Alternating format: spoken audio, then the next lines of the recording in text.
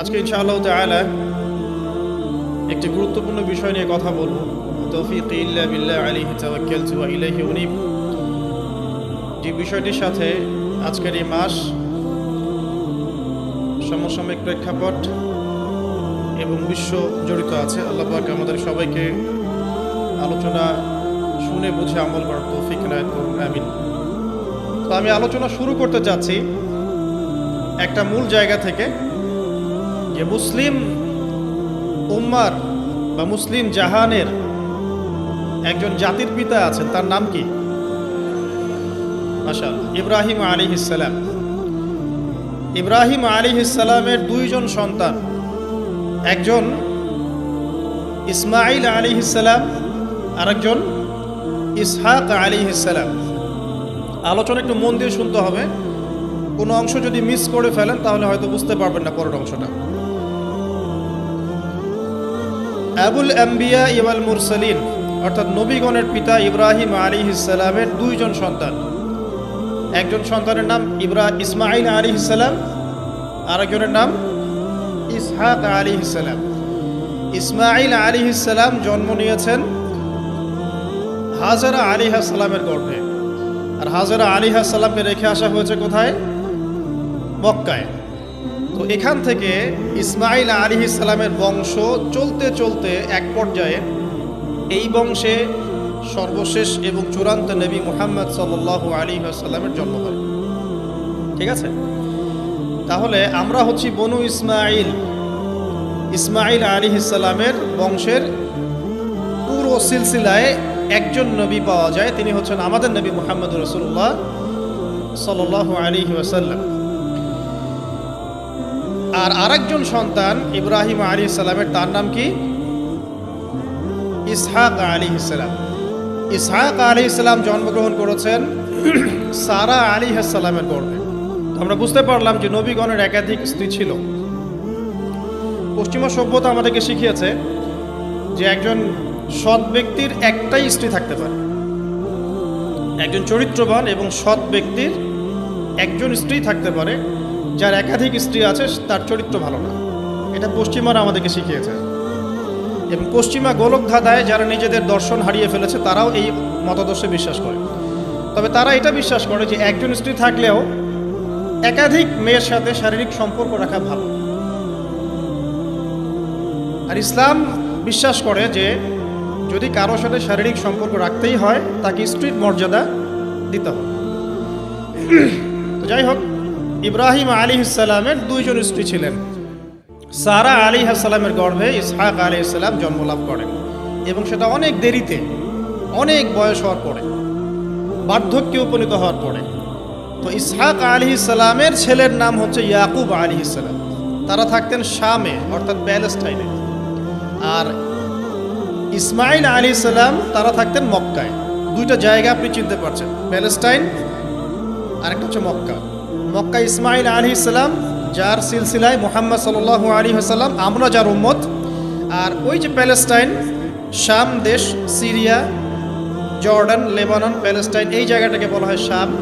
এই প্যালেস্টাইনে ইসহাক আলাইহিস সালাম, যিনি সারা আলাইহিস সালামের গর্ভে জন্ম নিয়েছেন। ঠিক আছে, ওকে। এবার ইসহাক আলাইহিস সালামের পরবর্তী জেনারেশন, তার নাম হচ্ছে ইয়াকুব আলাইহিস সালাম। আর ইয়াকুব আলাইহিস সালামের আরেকটা নাম হচ্ছে ইসরাইল। কি নাম? ইসরাইল। এই কারণে ইয়াকুব আলাইহিস সালামের বংশধরদেরকে বলা হয় বনু ইসরাইল। এবার বুঝতে পারছেন বনু ইসরাইল কাদেরকে বলা হয়? আচ্ছা, এখন এই ইয়াকুব আলাইহিস সালামের অনেক সন্তান ছিলেন। সূরা ইউসুফ পড়ে দেখেন, 11-12 জন পুত্র সন্তান ছিলেন, বা 13 জনের কথা এসেছে, আরও থাকতে পারে, আল্লাহু আ'লাম। এখানে এতটুকু এসেছে। ইউসুফ আলাইহিস সালাম তার একজন সন্তান, ঠিক আছে, যাকে তার ভাইরা কুয়ায় ফেলে দেয়। ঠিক আছে, কুয়ার থেকে ইউসুফ আলাইহিস সালাম চলে গেলেন মিশরের রাজার বাসায়। এটা তো পড়েছেন। আচ্ছা, আমি কিন্তু ডিটেলস বলতে পারবো না খুতবায়, শুধু লাইনগুলো টাচ করছি। কুয়া থেকে চলে গেলেন, ভাইদের ষড়যন্ত্রে কুয়ায় তিনি পড়লেন। তাকদিরের এভাবেই তাকদির লেখা ছিল। তারপরে সেখান থেকে মিশরের রাজার বাসায়, ঠিক আছে, সেখান থেকে সেই যে রাজার স্ত্রী তাকে আহ্বান করলো, তিনি বললেন যে মাআদ আল্লাহ, আমি আল্লাহকে ভয় করি। এরপর সেখান থেকে জেলখানায় বিনা অপরাধে তিনি 12 বছর জেল খাটলেন। আর সেখান থেকে তিনি বের হয়ে আবার যখন আসলেন, তখন মিশরের কি প্রায় খাদ্যমন্ত্রী বলা যায়, মিশরের বড় একটা পলিটিক্যাল পদ আল্লাহ পাক তাকে দিলেন। ঠিক আছে, তাহলে মিশরে কিভাবে বনু ইসরাইল আসলো? ইউসুফ আলাইহিস সালামের মাধ্যমে। ঠিক আছে, ইউসুফ আলাইহিস সালামের মাধ্যমে মিশরে বনু ইসরাইলের আগমন হলো। এর আগ পর্যন্ত বনু ইসরাইল থাকতো ওই যে প্যালেস্টাইনে। এখন ইউসুফ আলাইহিস সালামের শাসনামল যতদিন ছিল ততদিন পর্যন্ত বনু ইসরাইল মিশরে খুব ভালোভাবেই জীবনযাপন করত। কিন্তু যখন তার যুগটা চলে গেল, তখন সেখানে ফেরাউনদের যুগ আসলো। কাদের যুগ? ফেরাউনদের যুগ। আর ফেরাউন শব্দের অর্থ হচ্ছে এটা একটা রাষ্ট্রীয় পদ, যেমন প্রেসিডেন্ট, প্রাইম মিনিস্টার এমন পদ আছে। ফেরো বা ফেরাউন এটা হচ্ছে একটা রাষ্ট্রীয় পদের নাম। তো ফেরাউনের আসল নাম হচ্ছে রেমেসিস। কি নাম? রেমেসিস। রেমেসিস 1, রেমেসিস 2 এরকম করে নাম থাকে আর কি। আর যে ফেরাউনের মমিটা আমরা পেয়েছি তারও একটা নাম আছে। তার নাম হচ্ছে, আমি এনসাইক্লোপিডিয়া ব্রিটানিকা থেকে এটা পেয়েছি, তার নাম হচ্ছে মনেপ্তাহ। যে ফেরাউনের মমিটা আমরা পেয়েছি এর নাম হচ্ছে মনেপ্তাহ। তার মূল নাম, তাকে রেমেসিস বলা হতো, আর তার টাইটেল হচ্ছে ফেরো বা ফেরাউন। ঠিক আছে, এখন এই ফেরাউনদের সময় ইউসুফ আলাইহিস সালামের রেখে যাওয়া সেই যে বনু ইসরাইল, এরা আর উন্নত জীবনযাপন করতে পারলো না। তারা দাসত্বের শৃঙ্খলা আবদ্ধ, তাদের উপর জুলুম নির্যাতন শুরু হতে লাগলো। এক পর্যায়ে ফেরাউন তাদেরকে ডিভাইড অ্যান্ড রুলের মতো করে সমাজে নিপীড়িত করতে লাগলো। আর ফেরাউনের অনেক পাপ ছিল, যে পাপটা আমরা আসলে অল্প কথায় ব্যাখ্যা করতে পারবো না। এক কথায় সে নিজেকে আল্লাহ দাবি করেছিল। তারপরে সে সমাজের মধ্যে শিরকের প্রচলন ঘটাতো। সে কন্যা সন্তানদেরকে জীবিত রাখতো, পুত্র সন্তানদেরকে হত্যা করে ফেলত। সে সমাজের মানুষদেরকে বিভক্ত করত, দুর্বলের উপর সবলের অত্যাচার চালাতো। এবং তার একটা অহংকার ছিল, সেটা হচ্ছে সেনাবাহিনীর অহংকার। সে মনে করতো যে সে ওই সময়কার সুপার পাওয়ার, তাকে কেউ পরাজিত করতে পারবে না। ঠিক এখনকার বিশ্বের পরাশক্তিগুলোর মতোই তার দাম্ভিকতা ছিল আর কি। তো একটা কথা বলে নেই, এই ফেরাউন এবং মূসা আলাইহিস সালাম, এই ফেরাউন যখন বনু ইসরাইলকে নির্যাতন করতে লাগলো, তখন আল্লাহ পাক একজন নবী পাঠালেন, তার নাম কি? মূসা আলাইহিস সালাম। আর মূসা আলাইহিস সালাম আর ফেরাউনকে নিয়ে কুরআনুল কারীমে প্রায় 44টা সূরার মধ্যে কথা আছে। আমি হিসাব করে দেখেছি এবং আমি টুকটাক ঘাটাঘাটি করে দেখেছি যে প্রায় 44টা সূরার মধ্যে 532টা আয়াত আছে মূসা এবং ফেরাউনকে নিয়ে। কথা বুঝতে পারছেন? 532টা। কোরআনের টোটাল আয়াত কত? একদম ভুল উত্তর, 6236। 6000 কত? 236। মতবিরোধ আছে, তবে 6236টা আয়াতের পক্ষে শক্ত দলিল আছে। তো এটাকে পার্সেন্টেজ দিয়ে করবেন, যারা ম্যাথামেটিক্স পারেন তারা তো খুব সহজেই পারবেন। তো পার্সেন্টেজ করলে দেখবেন যে 8.53% আয়াত মূসা এবং ফেরাউনকে নিয়ে। 100%-এর মধ্যে প্রায় 8.5 বা 9% আয়াত কাকে নিয়ে? মূসা এবং ফেরাউনকে নিয়ে। এমনি তো আল্লাহ পাক এই কাজটা করবেন না নিঃসন্দেহে। এই ঘটনার মধ্যে যে শিক্ষাগুলো আছে এটা আমাদের জন্য সবচেয়ে বেশি ইম্পর্টেন্ট। এই জন্য এত বেশি আয়াত নাজিল করা হয়েছে। কোরআনের যে কোনো সূরা খুলবেন দেখবেন মূসা আর ফেরাউন, মূসা আর ফেরাউন। কী কারণ? এমনি নিঃসন্দেহে শেষ জামানে আমরা যারা বাস করব তাদের জন্যে এই ঘটনার মধ্যে বিশাল কিছু শিক্ষা আছে। শিক্ষাগুলো আমরা ইনশাআল্লাহ আজকে জানব। তো এখন মূসা আলাইহিস সালাম এই ফেরাউনের যুগে জন্ম লাভ করলেন। তবে ফেরাউনকে জ্যোতিষীরা বলেছিল আগেই যে ওই সামদেশ থেকে একটা আগুন আসছে যে তোমার সিংহাসনকে পুড়িয়ে ফেলবে। এর ফলশ্রুতিতে ফেরাউন যেটা করলো, সমস্ত পুত্র সন্তান যারা হতো এদেরকে তারা জবাই করে হত্যা করল। যখন জনগণ বলল যে কাজটা খুব খারাপ, প্রতিবাদ শুরু হলো, তখন 1 বছর গ্যাপ দেওয়া শুরু করলো। 1 বছর মারবে, আরেক বছর রাখবে, আরেক বছর মারবে, আরেক বছর রাখবে। যেই বছর মারলো না সেই বছর জন্ম লাভ করলো মূসা আলাইহিস সালামের ভাই হারুন আলাইহিস সালাম। ঠিক আছে, উনিও কিন্তু নবী ছিলেন। আচ্ছা, আর যে বছর মারার কথা সেই বছর জন্ম লাভ করলেন মূসা আলাইহিস সালাম। এখন আমি খুব শর্ট করে বলছি, অনেক ডিটেলস বলতে গেলে 3টা বেজে যাবে, আজকে আসরও হতে পারে। তো এখন যে বছর মারার কথা সেই বছর জন্মলাভ করলেন মূসা আলাইহিস সালাম। এখন মূসা আলাইহিস সালামের মা কিন্তু তখন খুব শঙ্কিত, ফেরাউন তার সন্তানকে হত্যা করবে। আল্লাহ রাব্বুল আলামিন কোরআনের মধ্যে বলেছেন সূরা কাসাসের মধ্যে, কোন সূরা? সূরা কাসাস। আমি 2টা সূরার নাম বলছি, আজকে বাসায় গিয়ে পড়বেন। এই 2টা সূরার মধ্যে সবচেয়ে বেশি হিস্ট্রি আছে মূসা এবং ফেরাউন এই বিষয়টার উপরে। একটা সূরার নাম হচ্ছে সূরা তাহা, এখানে সুন্দর করে ধারাবাহিকভাবে গল্পটা দেওয়া আছে। আরেকটা সূরা হচ্ছে সূরা কাসাস। এই দুটো অর্থসহ। তো মূসা আলাইহিস সালামের মায়ের হৃদয়টা খুব শঙ্কিত ছিল যে তার সন্তানকে হত্যা করে ফেলা হবে। আল্লাহ রাব্বুল আলামিন বলছেন যে আমি তার কলবে ইলহাম করলাম। সুবহানাল্লাহ। আল্লাহ পাক তার মায়ের কলবের মধ্যে ইলহাম, মানে কি? ইলহাম হচ্ছে আল্লাহর পক্ষ থেকে প্রত্যাদেশ না, ওহী না, কিন্তু একটা বুঝ বা একটা নূর, একটা তাজাল্লি, একটা বাসিরা ঢেলে দেওয়া। এটা কিন্তু নবুয়ত না, একটা কাজের চেতনা বা দৃঢ়তা আল্লাহর পক্ষ থেকে ঢেলে দেওয়া। তার মায়ের কলবের মধ্যে আল্লাহ রাব্বুল আলামিন ইলহাম করলেন যে তুমি তোমার সন্তানটাকে সিন্দুকের মধ্যে ভরে ভাসিয়ে দাও নীল নদে। এখন তার মায়ের কলব, তার মায়ের হৃদয় ছটফট করতে লাগলো, কারণ কোনো মাই তো চাইবে না তার সন্তানকে এভাবে ভাসিয়ে দিতে। আল্লাহ পাক বলছেন যদি না আমি তার হৃদয়টাকে শক্ত করতাম তাহলে সে বিচলিত হয়ে পড়ত। আল্লাহ পাক তার হৃদয়টাকে শক্ত করলেন, সে বিচলিত হলো না, সন্তানকে ভাসিয়ে দিল। এবার সন্তান ভাসতে ভাসতে ভাসতে কোথায় যাচ্ছে? যেখানে ফেরাউনের স্ত্রী গোসল করছে। কথা কি বুঝতে পারছেন? খুব চমৎকার হিস্ট্রি কিন্তু গল্পটা। এবং গল্প মানে এখানে আসলে গাল গল্প না, এগুলো সত্য ঘটনা। এক একটা বর্ণ তেমন সত্য যেমন সূর্য পূর্ব দিক থেকে ওঠে এবং পশ্চিমে ডোবে, এটা যেমন সত্য, এর এক একটা বর্ণ সত্য, এগুলো কোনো গাল গল্প নয়। এবার ফেরাউনের স্ত্রী আসিয়া সেই সিন্দুক পেয়েছে। মূসা আলাইহিস সালামকে আল্লাহ পাক বলছেন যে আমি মূসা আলাইহিস সালামের চেহারার মধ্যে মোহাব্বত বা ভালোবাসা ঢেলে দিয়েছিলেন। তার চেহারা যেই দেখতো তাকে ভালোবাসত, বুঝছেন? ভালোবাসা ঢেলে দিয়েছিল। এবার ফেরাউনের স্ত্রী আসিয়া, এখানে আসিয়া নন, অন্য একজন স্ত্রী হয়তো, তিনি বলছেন যে ফেরাউনকে বলছে যে একে আমরা আমাদের কাছে রেখে দিই, হয়তোবা সে আমাদের উপকারে আসবে, অথবা তাকে আমরা সন্তান হিসেবে গ্রহণ করতে পারি। লা তাকতুলুহু, তাকে হত্যা করো না। আসা আন ইয়ানফা'না আও নাত্তাখিযাহু ওয়ালাদা, এরকম করে আল্লাহ পাক বলেছেন কোরআনে। তো ফেরাউন তার স্ত্রী কথা শুনল এবং তাকে না হত্যা করে রেখে দিল।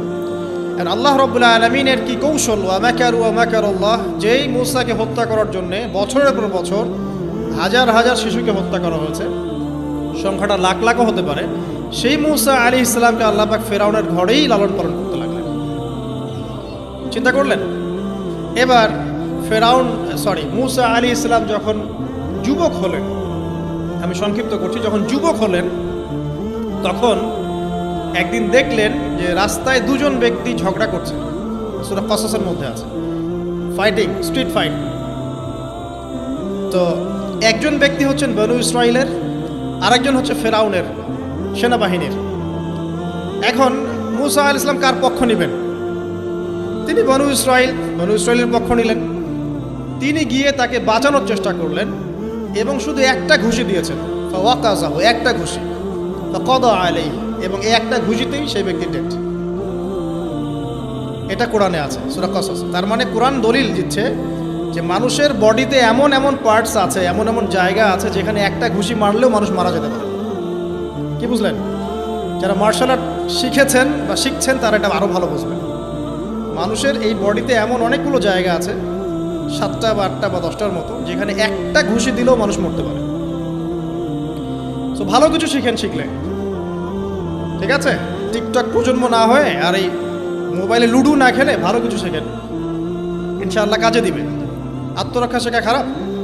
আচ্ছা, তো তবে দাড়ি টুপি নিয়ে শিখতে চান না, সমস্যায় পড়তে পারে।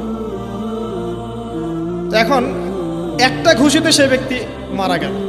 তারপরের দিন আবার দেখা গেল যে ওই ব্যক্তি যাকে তিনি বাঁচিয়েছেন সেই ব্যক্তি আর আরেকজন সেনাবাহিনীর সদস্য আবার মারামারি করছে।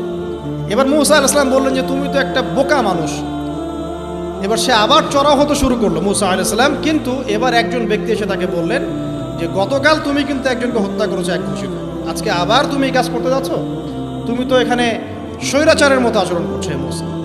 মুসা আলাইহিস সালাম তখন আল্লাহর কাছে ক্ষমা চাইলেন, আল্লাহর কাছে ক্ষমা চাইলেন, বললেন ইন্নাহু হাযা মিন আমালিশ শাইতান, এটা তো শয়তানের মতো কাজ, শয়তানের কাজ হয়ে গেল। রব্বিক ফিরলি, আল্লাহ আমাকে মাফ করে দিন। ফাগফার আল্লাহ, আল্লাহ পাক বলছেন আমি তাকে মাফ করে দিলাম। তিনি তো ইচ্ছাকৃতভাবে করেন নাই, করেছেন আনইনটেনশনালি, এটা হয়ে গেছে। কিন্তু এখন ফেরাউন মুসা আলাইহিস সালামকে ধাওয়া করতে শুরু করলো, কারণ ফেরাউনের দৃষ্টিতে মুসা আলাইহিস সালাম একটা মার্ডার করেছেন তার দৃষ্টিতে, কিন্তু মুসা আলাইহিস সালাম তো আর এটা করেন নাই, ইচ্ছা করে এটা হয়নি, অ্যাক্সিডেন্টলি হয়ে গেছে। এখন মুসা আলাইহিস সালামকে এক ব্যক্তি এসে বলল তুমি এখান থেকে তাড়াতাড়ি পালাও, এই মিশরে থাকলে ফেরাউন তোমাকে ধরে এখন শাস্তি দিবে। এখন মুসা আলাইহিস সালাম বাধ্য হয়ে মিশর থেকে চলে যাচ্ছেন কোথায়? মাদিয়ান। কোন জায়গা? মাদিয়ান। এটাও আরবের মধ্যে একটা জায়গা, যেই জায়গার নবী হচ্ছেন শুআইব আলাইহিস সালাম। কি নাম? আচ্ছা, এবার শুআইব আলাইহিস সালামের সেই কওমে মুসা আলাইহিস সালাম গেলেন, না খাবার আছে, না পানি, না কাপড়, কিছুই নেই, একদম রিক্ত হস্ত। সেখানে গিয়ে তিনি দেখলেন যে এমনই একটা জলাশয়, হয়তোবা আল্লাহ ভালো জানেন, সেই জলাশয়ের কাছে কিছু মানুষ পানি পান করাচ্ছে গবাদি পশুদেরকে। আমি কি বুঝাতে পারছি? আচ্ছা, তো দূরে দুজন মেয়ে দাঁড়িয়ে আছে, এই দুজন মেয়ে অনেকক্ষণ থেকে দাঁড়িয়ে আছে, তারা পানি পান করতে পারছে। মুসা আলাইহিস সালাম অনেকক্ষণ থেকে অবজার্ভ করছেন যে মেয়ে দুটো পানি পান করতে পারছে না গবাদি পশুদেরকে। তিনি প্রথমে একটু অস্বস্তি বোধ করলেন, তারপরে আবার গেলেন তাদের কাছে, গিয়ে বললেন কি সমস্যা। তখন সেই মেয়েরা বলল যতক্ষণ পর্যন্ত আমার কওমের লোকেরা এখান থেকে সরে যায় না ততক্ষণ আমরা পানি পান করাতে পারি না, কারণ আমরা দুর্বল, মেয়ে মানুষকে টাইম দিচ্ছে না আর কি। এদিকে আমাদের বাবা অত্যন্ত বৃদ্ধ মানুষ, বাসায় পড়ে আছেন একা। তখন মুসা আলাইহিস সালাম যুবক ছিলেন এবং তিনি কিন্তু শক্তিশালী ছিলেন, কওয়িউন আমিন, বিশ্বস্ত এবং শক্তিশালী। ওই যে এক ঘুষিতে মানুষ মারা মানুষ, কি মনে করছেন? তো তিনি এবার ওই গবাদি পশুদেরকে নিয়ে এসে পানি পান করালেন। পানি পান করিয়ে তিনি একটা গাছের ছায়ায় গিয়ে বসলেন। এই প্রত্যেকটা কথা কিন্তু কোরআনে আছে, প্রতিটা কথাই। সূরা কসস পড়েন, সূরা তাহা পড়েন। গাছের ছায়ায় বসে তিনি একটা দোয়া করছেন, এবার হাত উঁচু করে দোয়া করছেন, রব্বি, হে আমার প্রতিপালক, ইন্নী লিমা আনজালতা ইলাইয়া মিন খাইরিন ফাকির, হে আল্লাহ, আপনি আমার প্রতি যে রহমত বা যে করুণা বর্ষণ করবেন এর জন্য আমি ফকির হয়ে বসে আছি। দোয়ার ভাষাটা শুনছেন? আল্লাহ, আপনি আমার প্রতি যে করুণা বর্ষণ করবেন আমি এর জন্য ফকির হয়ে বসে আছি। তো প্রত্যেকটা নেক কাজ করার পরে এরকম দোয়া করা সুন্নাত, দোয়া কবুল হয়ে যাবে ইনশাআল্লাহ। দোয়া সাথে সাথে কবুল হয়ে গেল। এখন ওই দুইজন মেয়ের মধ্যে একজন মেয়ে হেঁটে হেঁটে আসছে। ওই মেয়ে কিভাবে হেঁটে এসেছে সেটাও কোরআন বলেছে, কিভাবে হেঁটে এসেছে সেটাও কোরআনে বলেছে সূরা কসসের মধ্যে। সূরা কসসে আল্লাহ পাক বলছেন ওই দুইজন মেয়ের মধ্যে একজন হেঁটে হেঁটে আসলো লাজুক পায়ে। কেমন পায়ে? লাজুক পায়ে। যেই চলাফেরা আপনি এখনকার মেয়েদের মধ্যে দেখতে পারবেন না। এখনকার মেয়েদের হাঁটার মধ্যে লজ্জা আছে, লজ্জাশীলতার সাথে লাজুক ভঙ্গিতে সেই মেয়ে হেঁটে হেঁটে আসলো। আল্লাহ পাক সেই কথাটাও কোরআনে বলেছে। এখনকার যে পশ্চিমা সংস্কৃতির অনুকরণ করে যে মেয়েরা, এদের মধ্যে আপনি এই ভাবটা পাবেন। তাদের হাঁটা দেখলে আপনি মনে হবে লজ্জা আছে ভিতরে কোনো। এই বিষয়টা নিয়ে খুব ভাবছিলাম। দেখেন সূরা আরাফের মধ্যে আল্লাহ পাক বলেছেন যে শয়তান তোমাদের পিতা এবং মাতাকে জান্নাত থেকে বের করে দিয়েছে, তোমরা শয়তান সম্পর্কে সতর্ক থেকো। যখন জান্নাত থেকে বের হয়ে যাবেন তার আগে যখন তারা ওই যে গাছের কাছে গিয়েছেন, সর্বপ্রথম যে ঘটনা ঘটেছে সেটা হলো গায়ের কাপড় খুলে গেছে। কথা বুঝতে পারছেন না? ফলের কাছে যাওয়ার পর সর্বপ্রথম যে ঘটনা ঘটেছে জান্নাতে, নিজেদের গায়ের কাপড় খুলে গিয়েছে। এরপরে গাছের ছাল এবং গাছের যে বড় বড় পাতা জান্নাতের, এগুলো দিয়ে তারা লজ্জাস্থান ঢাকা শুরু করেছিল। এটাও কোরআনে আছে। এখন আল্লাহ পাক যখন নামিয়ে দিচ্ছেন দুনিয়াতে, আদম সন্তানদেরকে আল্লাহ পাক বলছেন যে তোমরা শয়তান সম্পর্কে সতর্ক থেকো, শয়তান কিন্তু তোমাদের পিতা মাতার কাপড় খুলে নিয়েছিল। কথা বুঝতে পারছেন? এখন খেয়াল করে দেখেন যে কাপড় খুলে নেওয়া দরকার হচ্ছে না, মানুষ অটোমেটিক কাপড় খুলে দিচ্ছে। কথা কি বুঝতে পারছেন? মনে করে একটা এক্সাম্পল দিই, আল্লাহ না করুক, ধরে এই মাঠের মধ্যে 1 লক্ষ মানুষকে জড়ো করে এই মাঝখানে শহীদ মিনারের কাছে যদি আপনাকে কেউ জোর করে 10 জন মানুষ ধরে কাপড় খুলতে চায়, আপনার কেমন লাগবে? চিন্তা করেন, পুরুষ হিসেবে চিন্তা করেন, মহিলা কথা বাদ দেন। আপনি তো পুরুষ, আমাদের কি ভালো লাগবে? আমাদেরকে যদি বলে যে মেরে ফেলবো অথবা কাপড় খুলতে হবে, কোনটা নিবা? আপনি বলবেন হয়তো মারে ফেলতাও ভালো, তাই না? তাহলে ওই মানুষদের কথা চিন্তা করেন যারা ইচ্ছায় স্বেচ্ছায় লক্ষ লক্ষ মানুষের সামনে কাপড় খুলে ফেলছে। কেউ বাধ্য করছে না, কোনোভাবেই কেউ বাধ্য করছে না, নিজের ইচ্ছায় পুরুষ না নারী কাপড় খুলে ফেলছে।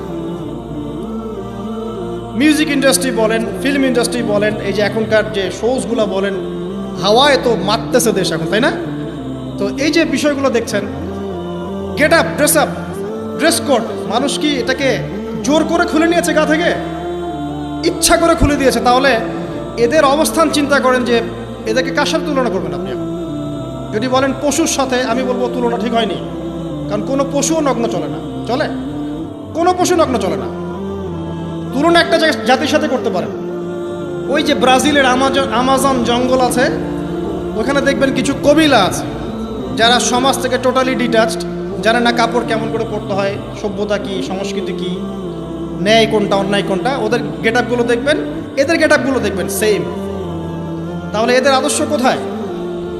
আল্লাহ পাক সূরা আরাফে বলছেন, শয়তান থেকে সতর্ক থেকো, তোমাদের পিতা মাতার কিন্তু তারা কাপড় খুলে ফেলেছিল শয়তান, তোমাদের কাপড় যেন শয়তান খুলতে না পারে, আল্লাহ পাক সতর্ক করেছেন। এখন আপনি খেয়াল করে দেখবেন, জোর করে না, স্বেচ্ছায় মানুষ কাপড় খুলে ফেলছে, এবং তারা পুরুষ না নারী।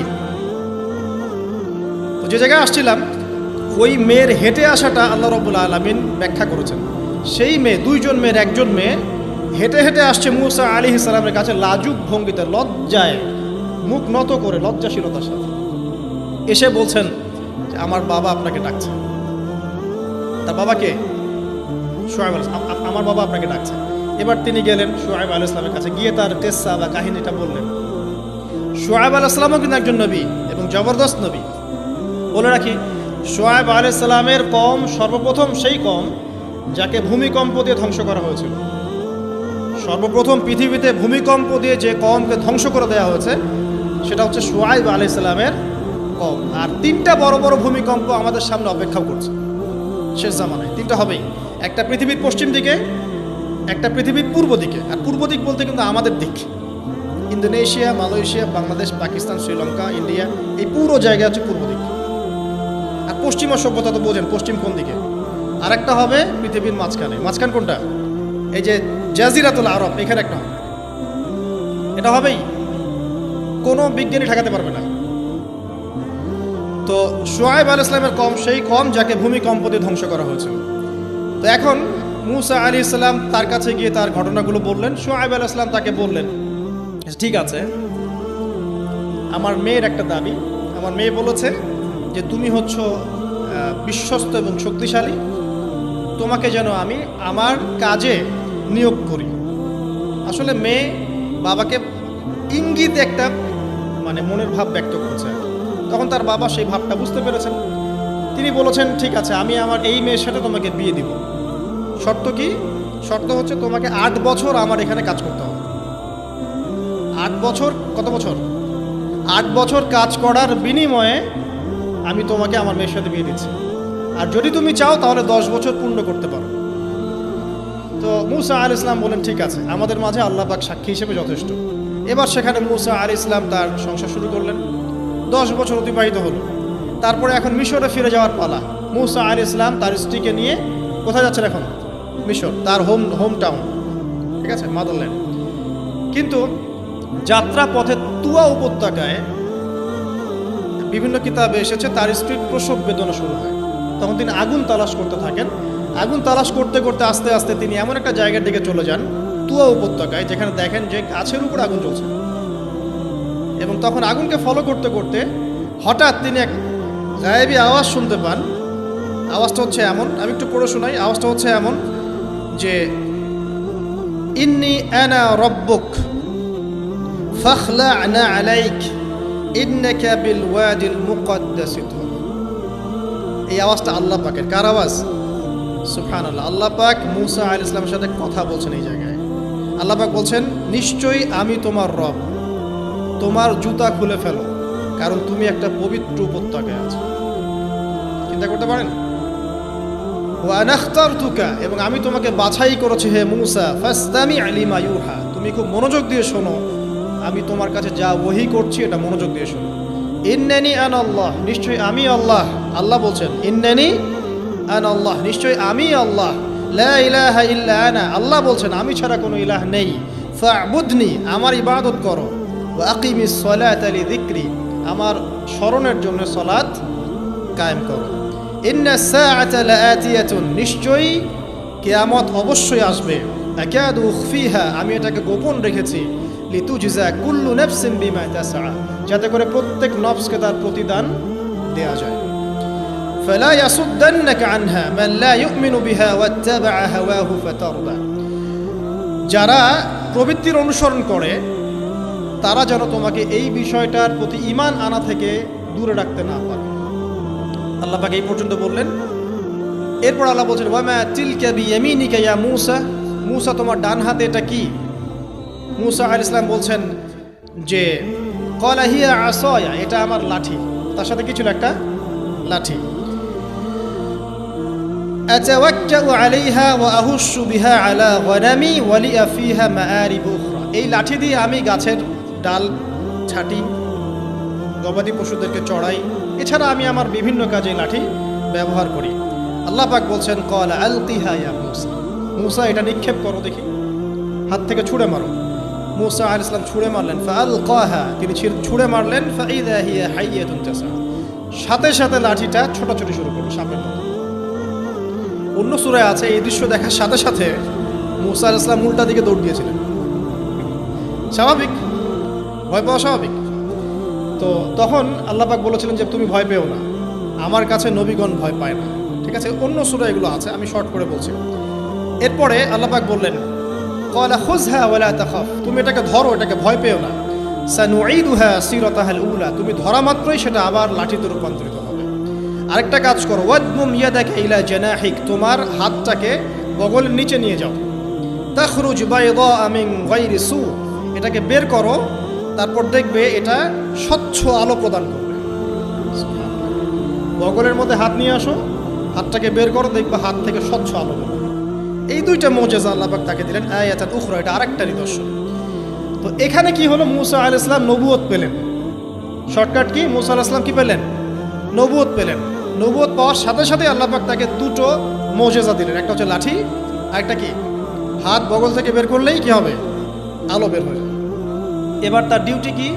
আল্লাহ পাক ডিউটি দিচ্ছেন তাকে যে ইযহাব ইলা ফিরআউন ইন্নাহু তাগা, এবার তোমার কাজ হচ্ছে তুমি ফেরাউনের কাছে যাবে, কারণ ফেরাউন সীমা লঙ্ঘন করেছে। তখন মূসা আলাইহিস সালাম বললেন রব্বি ইশরাহ লি সাদরি, আল্লাহ আমার বক্ষটাকে প্রশস্ত করে দিন। মানে আমার তো সেখানে যাওয়ার সাহস হচ্ছে না, আমি তো সেখানে ওদের দৃষ্টিতে একজন খুনের আসামি, ওদের দৃষ্টিতে ওরা তো আমাকে পেলে হত্যা করে ফেলবে। আল্লাহ পাক বলছেন কেল্লা, কখনো না, তারা তোমাকে হত্যা করতে পারবে না। তখন তিনি দোয়া করছেন আল্লাহ আমার হৃদয়টাকে প্রশস্ত করে দিন, ওয়া ইয়াসসির লি আমরি, আমার কাজকে সহজ করে দিন। ওয়াহলুল উকদাতাম মিন লিসানি, আমার লিসান, আমার জিহ্বায় জড়তা আছে আল্লাহ, এটাকে দূর করে দিন। ইয়াফকাহু কওলি, যাতে মানুষ আমার কথা বুঝতে পারে। এই দোয়া করলেন, কবুল হয়ে গেল। এবং আরও দোয়া করলেন যে ওয়াজআলি ওয়াজিরাম মিন আহলি, আমার পরিবারের মধ্য থেকে একজন ওজির দেন। ওজির মানে সহায়ক, যেটা হচ্ছেন হারুন আলাইহিস সালাম, যাতে করে আমরা কি করতে পারি? বেশি বেশি আপনার জিকির করতে পারি এবং আমাদের কাজ সহজ হয়। আল্লাহ রাব্বুল আলামিন তার ভাই হারুন আলাইহিস সালামকেও নবুয়ত দান করলেন। দুজন মিলে এখন আল্লাহ পাক বলছেন ইযহাবা ইলা ফিরআউন, তোমরা দুজন ফিরআউনের কাছে যাও। ইন্নাহু তাগা, সে সীমা লঙ্ঘন করেছে। তবে ফাকুলা লাহু কাওলান লাইয়িনা, তার সাথে নরম সুরে কথা বলো। লাআল্লাহু ইয়াতাযাক্কারু আও ইয়াখশা, হয়তোবা সে উপদেশ গ্রহণ করবে অথবা আল্লাহকে ভয় করতে পারে। তো ডিউটি দেয়া হলো যে তোমাদের কাজ এখন এটা, এবং তোমাদের ভয় পাওয়ার কোনো কারণ নাই, সে তোমাদের কোনো ক্ষতি করতে পারবে না। তার কাছে যাও, মুজিজা দেখাও, আল্লাহর দিকে দাওয়াত দাও, লা ইলাহা ইল্লাল্লাহ। যদি সে দাওয়াত কবুল করে আলহামদুলিল্লাহ, যদি না করে তাহলে আমি আল্লাহ তার জন্যে যথেষ্ট। এবার শর্ট করে নিয়ে আসি, মূসা আলাইহিস সালাম সেখানে গেলেন, যাওয়ার পরে ফিরআউনকে দাওয়াত দিলেন। অন্য আয়াতে সে বলেছিল যে আনা রব্বুকুমুল আ'লা, আমি তোমাদের মহান রব। ঠিক আছে, তো মূসা আলাইহিস সালাম ব্যাখ্যা করলেন আমি সেই রবের কথা বলছি যে রব আসমান সৃষ্টি করেছেন, জমিন সৃষ্টি করেছেন, যেভাবে তাওহীদের দাওয়াত দিতে হয় সব দিলেন। এরপরেও ফেরাউন সেটা গ্রহণ করল না। তখন মূসা আলাইহিস সালাম বললেন যদি আমি তোমাকে কোনো বড় নিদর্শন দেখাই তারপরেও কি বিশ্বাস করবে না? তখন ফেরাউন বলল যে দেখাও দেখি। তখন তিনি লাঠি ছুঁড়ে মারলেন, সাপ হয়ে গেল। এই দৃশ্য থেকে ফেরাউনের পরিবারের সবাই ভয় পেয়েছিল, কিন্তু পলিটিক্যাল স্বার্থে ফেরাউন বলেছিল যে সে একজন বড় জাদুকর, জনগণকে তো বোঝাতে হবে কিছু, নিজে ভয় পেলেও জনগণকে তো কিছু বোঝাতে হবে। সে জনগণকে বলছে আসলে সে একজন বড় জাদুকর, সে চাচ্ছে তোমাদের ন্যাশনের মধ্যে ফাটল সৃষ্টি করতে। তো এখন কি করা যাবে? পরামর্শ করা হলো, তার কাছের কিছু মানুষ থাকে না, তার মন্ত্রী পরিষদ যারা শয়তানিতে পিএইচডি করেছিল আর কি, তার ওকে পরামর্শ দিল যে একটা কাজ করা যাক, একটা বড় ময়দানে যাওয়া যাক, সেখানে আমরা বড় বড় জাদুকরদেরকে ডাকবো, এখানে একটা জাদুর ব্যাটেল হবে, মোনাজারা হবে জাদু। সব বড় বড় জাদুকরকে ডাকা হলো মিশরের, এবং বলে রাখি যে জাদুবিদ্যা কিন্তু সত্য, সুলাইমান আলাইহিস সালামের সময় থেকে এটা চলে আসছে। হারুত এবং মারুত ফেরেশতাকে কিন্তু এর মধ্য দিয়ে পরীক্ষা করা হয়েছে মানব জাতিকে। যাই হোক, তো জাদু থেকে বাঁচার জন্য কোরআন এবং সুন্নাহর যে দোয়া কালামগুলো আছে এগুলো নিয়মিত পড়বেন ইনশাআল্লাহ। আল্লাহ পাক আমাদেরকে হেফাজত করুন, আমিন। তো আমি শর্ট করছি। তো এবার জাদুকররা একদিকে, মূসা আলাইহিস সালাম একদিকে। মূসা আলাইহিস সালামকে তারা বলছে তুমি আগে ছুঁড়ে মারবেন, আমরা ছুঁড়ে মারবো। মূসা আলাইহিস সালাম বলছেন বাল আলকু, তোমরা ছুঁড়ে মারো। তখন তারা যখন তাদের লাঠিগুলো ছুঁড়ে মারলো, এগুলো সাপ হয়ে গেল। এটাকে চোখের ভেলকিবাজি ছিল। আল্লাহ পাক এই জাদুটাকে বলেছেন কোরআনে সিহরুন আযীম, বড় একটা জাদু করেছিল তারা। মানে তারা জাদুবিদ্যায় খুব পারদর্শী ছিল। এখন যেমন সায়েন্সের যুগ, তখন কিন্তু জাদুবিদ্যার যুগ ছিল, ঠিক আছে? তো মূসা আলাইহিস সালাম তারপর কিছুটা ভয় পেয়ে গেলেন। আল্লাহ পাক বলেন তুমি ভয় পেও না, বরং তোমার লাঠি ছুঁড়ে মারো, ইন্নাকা আনতাল আ'লা, তুমি বিজয়ী হবে ইনশাআল্লাহ তাআলা। এরপর মূসা আলাইহিস সালাম লাঠি ছুঁড়ে মারার সাথে সাথেই তার লাঠিটা যে সাপে রূপান্তরিত হলো, এই সাপটা বাকি সব সাপকে খেয়ে ফেলল। এই দৃশ্য দেখার সাথে সাথেই ওই জাদুকর যারা ছিল, সবচেয়ে বড় বড় জাদুকর, একটা সমাজে সবচেয়ে বড় বড় জাদুকর, সাথে সাথে মুসলিম হয়ে গেল। বললো যে আমান্না বিরব্বি হারুন ওয়া মূসা, আমরা মূসা এবং হারুনের রবের প্রতি ঈমান নিয়ে আসলাম। তখন ফিরআউন বলল যে ও আচ্ছা, তাহলে ইন্নাহু কাবীরুকুম আল্লামাকুমুস সিহর, তাহলে মূসাই হচ্ছে তোমাদের লিডার, যে তোমাদেরকে জাদু শিখিয়েছে। তাহলে পলিটিক্যাল লোকজনের কথাগুলো এরকমই হয়, সত্য কখনো স্বীকার করতে যাবে। তো তাহলে মূসাই মনে হয় তোমাদের চেয়ে বড় জাদুকর, তাহলে তোমাদের শাস্তি দিব এবার আমরা। কি শাস্তি? ওই যে শুলদণ্ড